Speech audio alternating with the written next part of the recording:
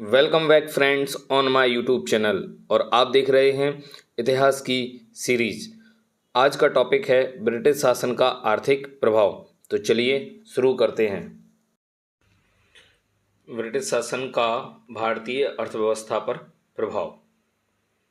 इसका जो पहला क्वेश्चन है, भारत में उपनिवेशी शासन काल में होम चार्जेस भारत से संपत्ति दोहन का महत्वपूर्ण अंग थे। निम्नलिखित में से कौन सी निधि या निधियां होम चार्जेस की संगठक थीं? पहला, लंदन में इंडिया ऑफिस के भरण पोषण के लिए प्रयोग में लाई जाने वाली निधि। तो दोस्तों ये बिल्कुल सही है। सेकंड ऑप्शन है, भारत में कार्यरत अंग्रेज अधिकारियों के वेतन तथा पेंशन देने हेतु प्रयोग में लाई जाने वाली निधि। और ऑप्शन नंबर 3 है, भारत के बाहर हुए युद्धों को लड़ने में अंग्रेजों द्वारा प्रयोग। तो इसका जो आंसर है वो है पहला सही है कि हाँ, जो इंडिया ऑफिस था उसके भरण पोषण के लिए ये निधि प्रयोग में लाई जाती थी। और सेकंड था कर्मचारियों के वेतन और पेंशन के लिए, ये भी सही है। लेकिन ये गलत है। जो भारत से बाहर युद्ध होते थे उनके लिए अंग्रेजों के पास जो पैसा रहता था या कंपनी के पास जो पैसा था वही उपयोग करता था, उसमें भारतीय निधि का उपयोग नहीं किया जाता था। तो इसका क्या आंसर हो जाएगा? 1 और 2। चलिए देखते हैं, इसमें केवल 1 और 2, इसका आंसर क्या होगा? बी। चलिए नेक्स्ट क्वेश्चन की ओर हम चलते हैं। नेक्स्ट क्वेश्चन है, शब्द इंपीरियल प्रेफरेंस। आप लोग, प्रेफरेंस एक इंग्लिश वर्ड है। प्रेफरेंस मतलब प्राथमिकता देना। हम कहते हैं ना कि हम किसको प्रेफरेंस दे रहे हैं, तो प्रेफरेंस मीन्स प्राथमिकता देना। तो ब्रिटिश शासनकाल में किन चीज़ों को प्रेफरेंस दी गई होगी? तो सिंपल सी बात है, जो ब्रिटिश गुड्स थी, जो ब्रिटिश वस्तुएं थी या सामान था, उनको प्रेफरेंस दी गई कंपेयर देन दी इंडियन गुड्स। जो भारतीय गुड्स के कंपेयर में ब्रिटिश गुड्स को ज़्यादा प्रेफरेंस दी गई थी। तो इसका आंसर क्या हो जाएगा? ऑप्शन नंबर फर्स्ट क्या बोलता है? भारत में ब्रिटिश आयातों पर दी गई विशेष रियायतों के लिए। भारत में ब्रिटिश आयातों पर दी गई विशेष रियायतों के लिए, तो इसका आंसर ए ही हो जाएगा। क्या हो जाएगा इसका आंसर? ए। चलिए देखते हैं इसका आंसर सही है या गलत। ए सही है। Next question, question number 3, British शासन के दौरान भारत में उद्योगों का कोई स्वतंत्र विकास नहीं हुआ, इसका कारण था? तो इसका भारी उद्योगों का अभाव, विदेशी पूंजी की कमी, प्राकृतिक संसाधनों की कमी, धनिक वर्ग द्वारा भू संपत्ति में निवेश करने को तरजीह देना। क्योंकि बेटा इस समय की जो आर्थिक पूरी आपको पॉलिसी समझनी होगी, ब्रिटिशर्स की जो पॉलिसी थी वो क्या थी? एक तरफा निर्यात की पॉलिसी थी। भारत को कच्चे माल का उत्पादक बना देना और जो ब्रिटिश में तैयार माल था उसका पूरा का पूरा निर्यात या उसकी खपत कहाँ कर देना? भारत में। इस वजह से यहाँ के जो व्यापारी या जो जिनके पास पैसा था, पूंजीपति वर्ग, वो यहाँ पे निवेश करना नहीं चाहता था, क्योंकि उसे यहाँ लाभ नहीं दिखाई देता था। इस वजह से वो कहाँ निवेश करना पसंद करते थे? तो संपत्तियों में, भू संपत्तियों में। तो इसका आंसर क्या हो जाएगा? D, option number D. Question number 4, इस्तेमारी बंदोबस्त किसने लागू किया? तो लॉर्ड कॉर्नवालिस ने। कब किया? 1793 में। इसके बारे में आप लोग थोड़ा फैक्ट देख लीजिए, मैं आपको समझा देता हूँ। 1793 में होता है किसके द्वारा? कॉर्नवालिस के द्वारा, राइट। और इसने कॉर्नवालिस के द्वारा कहाँ लागू किया गया था? तो बंगाल, बिहार एंड उड़ीसा। बंगाल, बिहार एंड उड़ीसा और लगभग बनारस के जो क्षेत्र थे वहाँ तक ये पूरा क्षेत्र जाता था, राइट। और इसमें क्या होता था? इसमें भारत का 19% क्षेत्र कवर था। कितना? 19%। और इसमें जो भी टैक्स होता था उसको हम 11 भाग में अगर इक्वली डिवाइड कर दें तो 10/11 में से 10 भाग था वो किसको देना आता था? अंग्रेजों को या ब्रिटिशर्स को। और एक भाग जो था, एक बचता था, वो जमींदार अपने पास सर्विस के बदले रख लेते थे। सर्विस क्या था कि जो टैक्स कलेक्ट करके वो अंग्रेजों को देते थे, राइट। तो इसका आंसर हो जाएगा सी। इसमें 4 बातें फिर से मैं एक बार रिवाइज करा दे रहा हूँ। इस्तेमारी बंदोबस्त किसने लागू किया? लॉर्ड कॉर्नवालिस ने। कब लागू किया? 1793 में, राइट। इसमें होता क्या था कि जो अंग्रेजों का जमींदारों को इकाई मान लिया था काय की? राजस्व की। और वो जमींदारों से ब्रिटिशर्स वसूल करते थे। उसमें से 1/11 भाग जमींदार अपने पास रखते थे और 10/11 भाग किसको देते थे? अंग्रेजों को। अच्छा, इसका नाम स्थायी बंदोबस्त क्यों रखा गया? क्योंकि इसमें जो लगान की दरें थी, जो पूरा सिस्टम था, वो कंटिन्यू बहुत लॉन्ग टाइम तक रन किया गया और उसमें टैक्स में कोई भी चेंज नहीं किया गया। स्थायी मतलब परमानेंट सेटलमेंट, इंग्लिश में बोलेंगे हम क्या, परमानेंट सेटलमेंट, क्योंकि इसमें कोई भी चेंज नहीं किया गया। एक बात और ध्यान रखना है, भारत में जो राजस्व व्यवस्था है वो तीन तरीके से काम कर रही थी। एक को बोलते हैं हम स्थायी बंदोबस्त या इस्तमरारी बंदोबस्त, इसको बोलते हैं हम परमानेंट सेटलमेंट फर्स्ट। सेकंड, ये भारत की 19% क्षेत्रफल को कवर करती है और इसमें बंगाल, बिहार, उड़ीसा के भाग आते हैं। जो नेक्स्ट व्यवस्था है उसको हम लोग बोलते हैं रैयतवाड़ी व्यवस्था।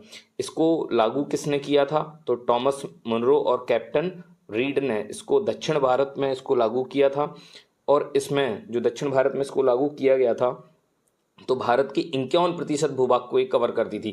पूरा मद्रास रेजिडेंस, मद्रास में टॉमस मुनरो ने, बम्बई प्रेसिडेंसी में जो एल्फिंस्टन वो बनता है वो टॉमस मुनरो का शिष्य था तो उसने लागू किया था। और असम और पूर्वी बंगाल वाले रीजन में भी ये जो रैयतवाड़ी व्यवस्था है लागू, इसमें जो किसान थे उनको राजस्व की इकाई माना जाता था और किसान जो सीधा था वो कर किसको देते थे, सीधा जाके अंग्रेजों को देते थे। और तीसरी व्यवस्था जो उत्तर भारत में और संयुक्त प्रांत या मध्य प्रांत में, पंजाब मध्य प्रांत में हमें देखने को मिलती है, उसका नाम क्या था, महालवाड़ी व्यवस्था। और नेक्स्ट जो व्यवस्था का नाम था मैंने 3 बता दिया, स्थायी बंदोबस्त, महालवाड़ी, रैयतवाड़ी एंड महालवाड़ी, ठीक है ना। तो इन तीनों को आपको याद रखना है। लगभग 51-19 और जो शेष भाग बचता है उसमें कौन सी व्यवस्था थी, महालवाड़ी। उसमें एक गांव को पूरा इकाई मान लिया जाता था और जो कृषक जिस भूमि पर खेती नहीं करते थे उसमें जो टैक्स देता था वो पूरा का पूरा गांव उसको टैक्स देता था, या पूरा गांव उस जमीन का टैक्स देता था।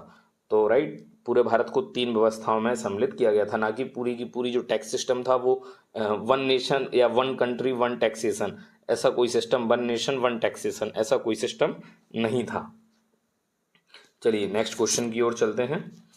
क्वेश्चन नंबर 4 के बाद क्वेश्चन नंबर 5। किसके प्रशासन काल में स्थायी बंदोबस्त प्रारंभ किया, तो ऑप्शन हो जाएगा बी, लॉर्ड कॉर्नवालिस। कब किया गया, 1793। कितने प्रतिशत भाग में, तो 19% भाग में। स्थायी बंदोबस्त किससे किया गया, तो किससे किया गया था, इंपॉर्टेंट है, जमींदारों से। किससे किया गया, जमींदारों से। यदि पूछें कि रैयतवाड़ी किससे किया गया, तो किसानों से। और महलवाड़ी किससे किया गया, तो गांवों से। तीनों को कंपैरिजन में हमने पढ़ लिया। 7th नंबर का क्वेश्चन है, स्थायी बंदोबस्त किसके साथ में किया गया, तो जमींदारों के साथ में। ऑप्शन नंबर ए सही है इसका। 7 के बाद 8th नंबर का क्वेश्चन, 8th नंबर का क्वेश्चन ए है, किस गवर्नर जनरल ने भारत में स्थायी भू राजस्व व्यवस्था स्थापित की, तो किसने की, लॉर्ड कॉर्नवालिस 1793 में। लॉर्ड कॉर्नवालिस के बारे में मैंने पहले ही बहुत फैक्ट बता चुका हूँ। भारत में इनकी मृत्यु होती है, गाजीपुर में इनकी समाधि है।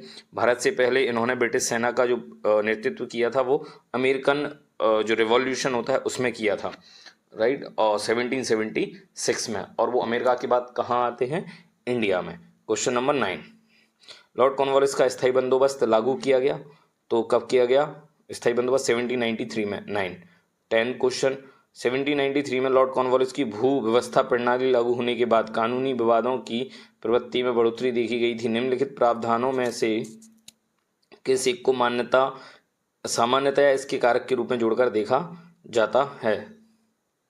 रैयत की तुलना जमींदारों की स्थिति में अधिक सशक्त बनाना, ईस्ट इंडिया कंपनी को जमींदारों का अधिपति बनाना, बिल्कुल, न्यायिक पद्धति को अधिक कार्यकुशल बनाना। ए, बी और सी कथनों में कोई सही नहीं है। लॉर्ड कॉर्नवालिस भू व्यवस्था प्रणाली लागू होने के बाद कानूनी विवादों में प्रवृत्ति देखी गई थी, तो इसका आंसर हो जाएगा डी, राइट। भू व्यवस्था प्रणाली जमींदारों को वास्तविक अधिकार स्वीकृत कर लिया था, लेकिन वे जमींदारी का भूक्षेत्र निर्धारित नहीं किया था। इस कारण क्या हो गया, कानूनी विवाद बढ़ चुके थे। नेक्स्ट क्वेश्चन 11th, चिर स्थायी बंदोबस्त। स्थायी बंदोबस्त का ही नाम है चिर स्थायी, मतलब जो लंबे समय तक चल सके। तो इसका आंसर हो जाएगा क्या, जमींदारों के ऊपर कोई सरकारी नियंत्रण नहीं था, उन्हें केवल टैक्स से मतलब रहता था। जमींदार क्या कर रहा है उससे इन्हें कोई मतलब नहीं रहता। इसको सूर्यास्त अधिनियम भी या सूर्यास्त व्यवस्था भी बोली जाती है। नेक्स्ट क्वेश्चन की ओर चलते हैं। क्वेश्चन नंबर 12, परमानेंट सेटलमेंट क्या था, जमींदारों का जमीन पर अधिकार ना रहना, बिल्कुल गलत। जमींदारों के लिए जमीन पर वंश परंपरागत अधिकार को स्वेच्छा से हस्तांतरित करने का अगर भू राजस्व का राजस्व निर्णय करना, भू राजस्व का राजस्व निर्णय करना, इसको क्या बोलते हैं? Permanent settlement. सी। बीपीएससी में 2 बार पूछा गया, 48 और 52 प्रीलिम्स एग्जाम में। नेक्स्ट क्वेश्चन 13, बंगाल और बिहार में भूमि पर किराएदारों के अधिकारों को बंगाल किराएदारी अधिनियम द्वारा दिया गया था, तो कब दिया गया था? 1885 में। नेक्स्ट क्वेश्चन ए, तो 13 का हो जाएगा ऑप्शन नंबर ए, 1885 में किराए पे दिया गया था। 13 के बाद है 14 क्वेश्चन, निम्नलिखित में से कौन ब्रिटिश शासन के दौरान भारत में रैयतबाड़ी बंदोबस्त के प्रारंभ किए जाने से संबंध था या थे? Lord Cornwallis, Alexander Read, Thomas Munro. बेटा इसका जो आंसर है वो आप लोग देंगे मेरे प्यारे दोस्तों, तो इसका आंसर होगा अलेक्जेंडर रीड और टॉमस मुनरो। तो इसका हो जाएगा 2 और 3, ऑप्शन नंबर सी इसका क्या होगा? Correct answer. किसके बारे में पूछ रहे हैं? रैयतबाड़ी बंदोबस्त कहाँ लागू की गई थी? रैयतबाड़ी बंदोबस्त तो दक्षिण भारत और पश्चिमी भारत में। आईएएस 2017 में ये क्वेश्चन पूछा गया था। नेक्स्ट क्वेश्चन नंबर 15, भू राजस्व की स्थायी बंदोबस्त एवं रैयतबाड़ी प्रणाली क्रमशः शुरू की गई, तो कहाँ की गई थी? स्थायी बंदोबस्त एवं रैयतबाड़ी, तो स्थायी बंदोबस्त बंगाल में की गई, रैयतबाड़ी मद्रास में। ऑप्शन नंबर इसका ए सही हो जाएगा, ठीक है ना, 15 का A. Question number 16, Sir Thomas Munro भू राजस्व बंदोबस्त से संबंध हैं, किस भू राजस्व से संबंध है? तो इनका हो जाएगा रैयतबाड़ी के महालवाड़ी। नहीं बेटा, महालवाड़ी पंजाब में थी और टॉमस मुनरो मद्रास का गवर्नर था, उसी समय उसने रैयतबाड़ी बंदोबस्त लागू किया 1792 में, ठीक है। 2000 में यूपीपीसीएस प्री में ये क्वेश्चन पूछा गया था। 16 के बाद कौन सा क्वेश्चन है? 17वां, ब्रिटिश व्यवस्था में रैयतबाड़ी भू राजस्व संग्रह प्रचलित था, तो रैयतबाड़ी कहाँ था? पश्चिमी भारत और दक्षिणी भारत में। तो सी और डी इसका क्या हो जाएगा? Correct answer. सी भी सही माना जाएगा और डी भी। नेक्स्ट क्वेश्चन की ओर चलते हैं।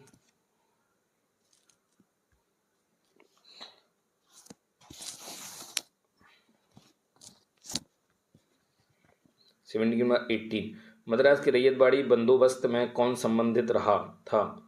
तो रैयतबाड़ी बंदोबस्त में कौन सम्मिलित रहा था? Thomas Munro. बेटा एक हेक्टर मुनरो था जो बक्सर के युद्ध में था, ध्यान रखना है। हम यहाँ हेक्टर मुनरो की बात नहीं कर रहे हैं, हम यहाँ बात कर रहे हैं किसकी? टॉमस मुनरो की, ठीक है ना। इसका संबंध राजस्व था और उसका संबंध युद्धों से था। हेक्टर मुनरो का संबंध युद्धों से था और टॉमस मुनरो का संबंध राजस्व से था। 19वां क्वेश्चन देखते हैं, रैयतबाड़ी प्रथा प्रारंभ की थी, तो किसने प्रारंभ की थी? टॉमस मुनरो ने। और मार्टिन वर्ड ने कौन सी प्रथा व्यवस्था लागू की थी? महालवाड़ी। महालवाड़ी व्यवस्था कहाँ थी बेटा? याद रखना है, पंजाब और मध्य प्रांत, संयुक्त प्रांत या उत्तर प्रदेश में। नेक्स्ट, अंग्रेजों ने रैयतबाड़ी बंदोबस्त कहाँ लागू किया? देखो रैयतबाड़ी से क्वेश्चन आ रहे हैं, तो रैयतबाड़ी जो बंदोबस्त था वो कहाँ किया? मद्रास प्रेसिडेंसी। बाद में उन्होंने बम्बई प्रेसिडेंसी में भी इसको लागू कर दिया था। नेक्स्ट क्वेश्चन 21, अंग्रेजों ने रैयतबाड़ी व्यवस्था सर्वप्रथम आरंभ की थी, तो रैयतबाड़ी व्यवस्था कहाँ आरंभ की थी अंग्रेजों ने? सबसे पहले मद्रास प्रेसिडेंसी में। किसके नेतृत्व में की थी? कौन था गवर्नर? तो Thomas Munro. Next question 21, page थोड़ा ऊपर नीचे हो गया है, इसी के जस्ट नीचे था।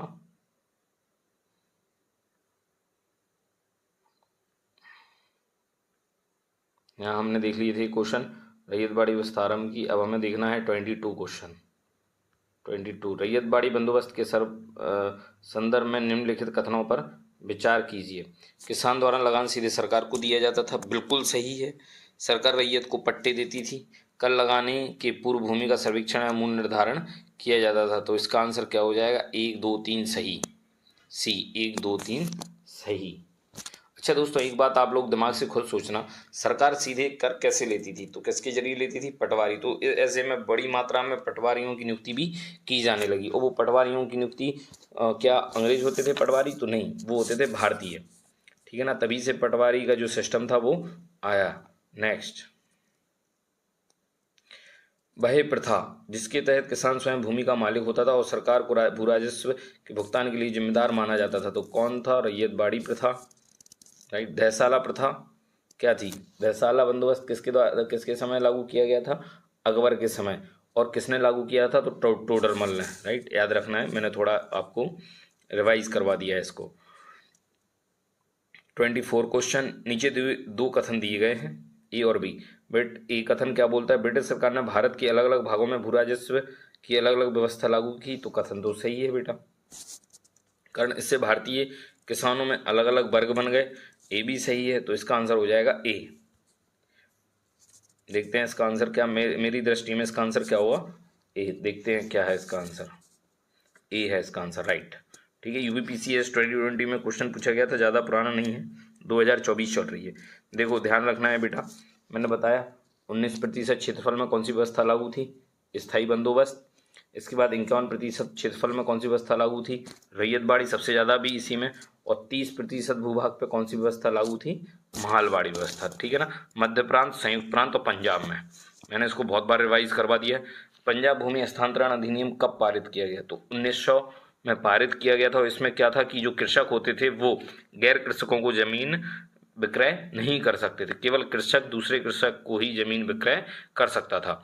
26 क्वेश्चन, असम में सर्वप्रथम चाय कंपनी की स्थापना कब हुई थी, तो कब हुई थी, 1839 में। ठीक है, और जिसका नाम था द असम चाय कंपनी या द असम कंपनी, जो सबसे पुरानी व्यावसायिक चाय कंपनी है और जो वर्तमान में भी कार्यरत है। 27 क्वेश्चन देखते हैं, जजमानी, बारा, वलूट, मरासी, अडाड़े, तो इसका सही आंसर क्या हो जाएगा, ऑप्शन नंबर डी,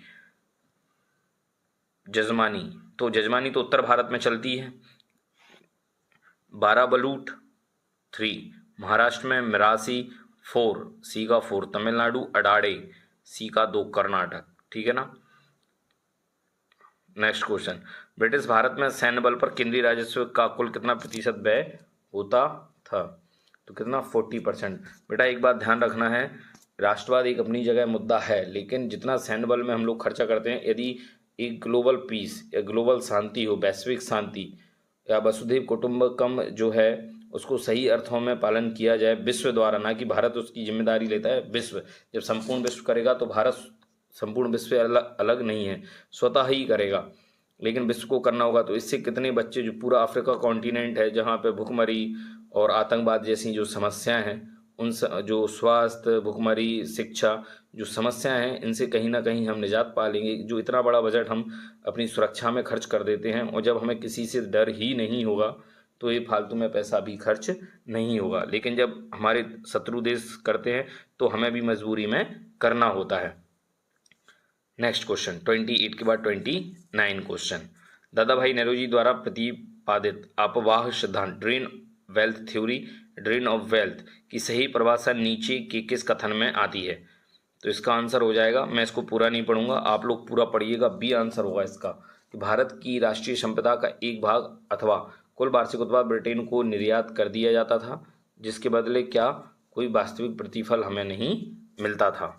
तो नेक्स्ट क्वेश्चन 29 के बाद आ जाएगा 30 क्वेश्चन, और जो धन का अपव्यय सिद्धांत है वो किसने दिया था, दादा भाई नेहरू जी ने। किसमें दिया था, poverty and unweighted rule in India, right. और इसमें उन्होंने सर्वप्रथम दादा भाई नेहरू जी ने प्रति व्यक्ति आय निकाली थी, जो उस समय लगभग 19 का जो सेंचुरी था, 19th सेंचुरी में या 19वीं सदी में जो प्रति व्यक्ति आय थी वो 20 रुपये मात्र थी, है ना। नेक्स्ट क्वेश्चन, निम्न में से किसने निकाय सिद्धांत का प्रतिपादन किया, तो दादा भाई नेहरू जी, ए। 30 का आंसर हो जाएगा ए। दादा भाई नेहरू जी के बारे में समझ लीजिए आप।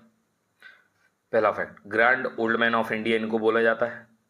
Second, first grand old man of India बोला जाता है। सेकंड को फर्स्ट भारतीय थे जो किसी विदेशी पार्लियामेंट में इलेक्ट हुए थे, और किस पार्टी से इलेक्ट हुए थे, तो लिबरल पार्टी से इलेक्ट हुए थे, उदारवादी दल था इनका। किस क्षेत्र से इलेक्ट हुए थे, फिंसबारी क्षेत्र से इलेक्ट हुए थे, ध्यान रखना है। अच्छा, इनके इलेक्ट होने के पीछे का मोटो क्या था, तो ब्रिटिश की जो भारतीय स्वरूप था, जो ब्रिटिश गवर्नमेंट का भारतीय स्वरूप था, भारत में वो लोग भारतीय जनता को किस तरीके से भारतीयों को प्रताड़ित कर रहे थे, भारतीयों को शोषण कर रहे थे, तो भारत जो ब्रिटिशर्स थे उनका असली चरित्र ब्रिटिश नागरिक या इंग्लैंड नागरिकों के समक्ष लाना और ब्रिटिश पार्लियामेंट में भारतीयों के मुद्दों को उठाना, इनका इलेक्ट होने का मुख्य उद्देश्य था। नेक्स्ट 30 के बाद क्वेश्चन नंबर 31, अंग्रेजों के शासनकाल में भारत के आर्थिक दोहन के सिद्धांत को किसने प्रतिपादित किया, ऑप्शन नंबर डी, दादा भाई नेहरू जी। नेक्स्ट क्वेश्चन 31 के बाद 32। ब्रिटिश काल में समानता भारत के व्यापार संतुलन अनुकूलता धन की निकासी का स्वरूप अप्रतिफलित निर्यात था। सही ए। इसका आंसर क्या हो जाएगा? ए। इसका आंसर हो जाएगा ए। पहले ब्रिटिश काल में सामान्यतः जब स्टार्टिंग हुआ ब्रिटिश काल में, तो जो भारत का व्यापार था जिसको हम बोलते हैं जो ट्रेड बैलेंस था वो कैसा था? इक्वल था। लेकिन उसमें फिर हम क्या नुकसान में पहुंचते गए, तो धन की निकासी इसके लिए एक प्रमुख कारण था। नेक्स्ट क्वेश्चन 32 के बाद आता है 33 क्वेश्चन। चलिए देखते हैं। निम्नलिखित में से कौन भारत के उपनिवेशवाद के आर्थिक आलोचक थे? तो तीनों थे। दादा भाई नौरोजी भी थे, जी सुब्रमण्यम। आज सबसे फेवरेट जो यूपीएससी एस्पिरेंट का सबसे फेवरेट न्यूज़पेपर है द हिंदू, और जिसको पढ़ने के लिए हर कोई बोलता है कि द हिंदू पढ़ना ही पढ़ना है। तो द हिंदू के जो एडिटोरियल या इसने स्टार्ट किया संपादक जो थे वो जी सुब्रमण्यम अय्यर थे, आरसी दत्त। इन्होंने लिखी है इकोनॉमिक हिस्ट्री ऑफ इंडिया। याद रखना है आपको, इकोनॉमिक हिस्ट्री ऑफ इंडिया। तो इसका आंसर हो जाएगा डी 1, 2 एंड 3। 34 question number 34। निम्नलिखित में से कौन दादा भाई नेहरू जी के उच्चारण सिद्धांत में विश्वास नहीं करता था? बेटा अब एक बात समझ लो कि ये तीनों दादा भाई नेहरू जी की फेवर में है। RC Dutt economic history of India लिखते हैं, बाल गंगाधर तिलक, एमजी रानाडे, ये तीनों दादा भाई नेहरू जी के सपोर्टर थे और उनके जो उच्चारण सिद्धांत था उस पर बिलीव करते थे। लेकिन सर सैयद अहमद खां जो थे वो बिलीव तो छोड़ो, उसकी मेन रीज़न क्या था कि ये ब्रिटिशर्स का सपोर्ट करते थे और ब्रिटिशर्स फूट डालने के लिए उन्होंने सर सैयद अहमद खां का अच्छा खासा उपयोग किया। तो 34 का हो जाएगा D, sir Syed Ahmad Khan. Next 35 poverty and un-British rule in India नामक पुस्तक किस वर्ष प्रकाशित हुई? तो बी 1901 में। इसका आंसर हो जाएगा बी 1901 में। 2021 में ये क्वेश्चन आया हुआ था। कितना डेप्थ में क्वेश्चन पूछते हैं बताओ। यहाँ तक कि प्रकाशक भी दे रखा एस सोनेशेन। Next question, poverty and un-British rule in India नामक पुस्तक को किसने लिखी? ऑप्शन इन तीनों में से तो शायद देख नहीं रहे होंगे, तो चौथा ही ऑप्शन होगा क्या? Dadabhai Nehru ji, grand old man of India. Next question, question number 37। मैंने बता दिया हाउस ऑफ कॉमन्स के लिए चुने गए थे किस दल से? लिबरल। लिबरल को हिंदी में बोलते हैं उदारवादी दल।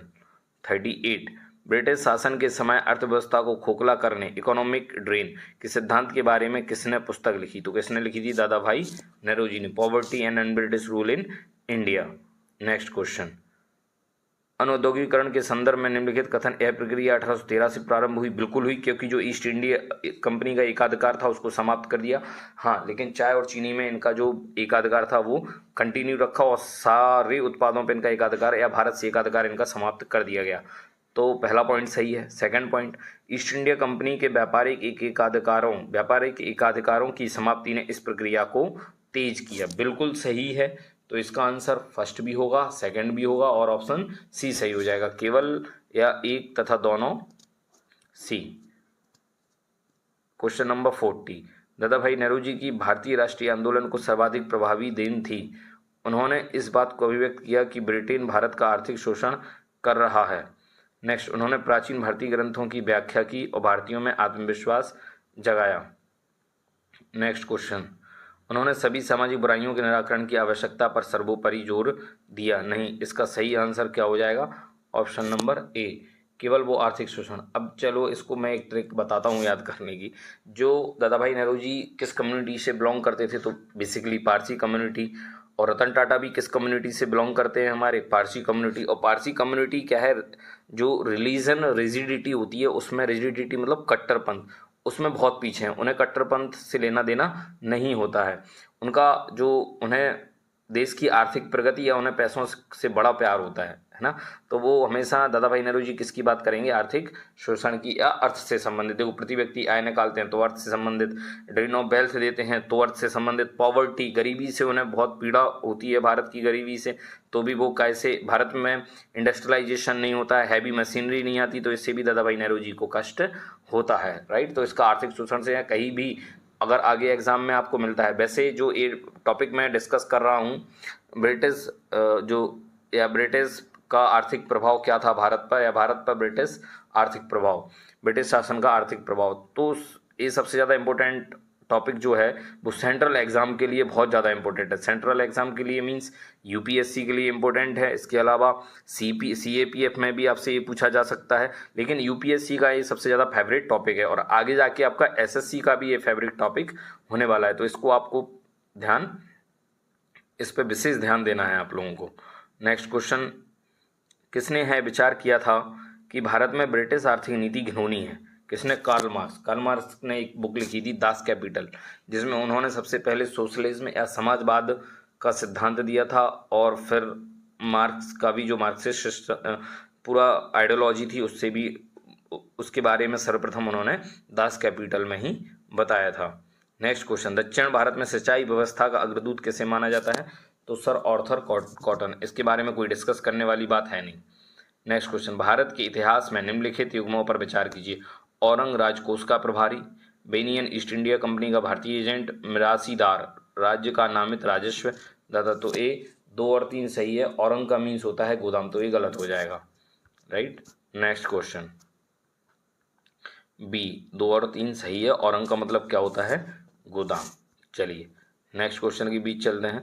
आर्थिक तौर पर 19वीं शताब्दी में भारत पर अंग्रेजी शासन का एक परिणाम था भारतीय हस्तशिल्पों के निर्यात में वृद्धि, भारतीयों के स्वामित्व वाले कारखानों की संख्या में वृद्धि। लगता है कि ब्रिटिशर्स निर्यात में वृद्धि करेंगे, हैं वो खुद बिजनेसमैन थे बहुत बड़े वाले। बी भारतीयों के स्वामित्व वाले कारखानों की संख्या में वृद्धि, बिल्कुल नहीं, ए भी गलत हो जाएगा, ए भी गलत हो जाएगा। भारतीय कृषि का वाणिज्यीकरण, ये बिल्कुल सही है। क्यों? क्योंकि जो लगान का प्रकार था वो कैसा कर दिया गया था? नगद, और नगद में नकदी फसलें बोई गई, जिससे कृषि का क्या हुआ? वाणिज्यीकरण बहुत तेजी से हुआ। वाणिज्यीकरण से मतलब क्या है?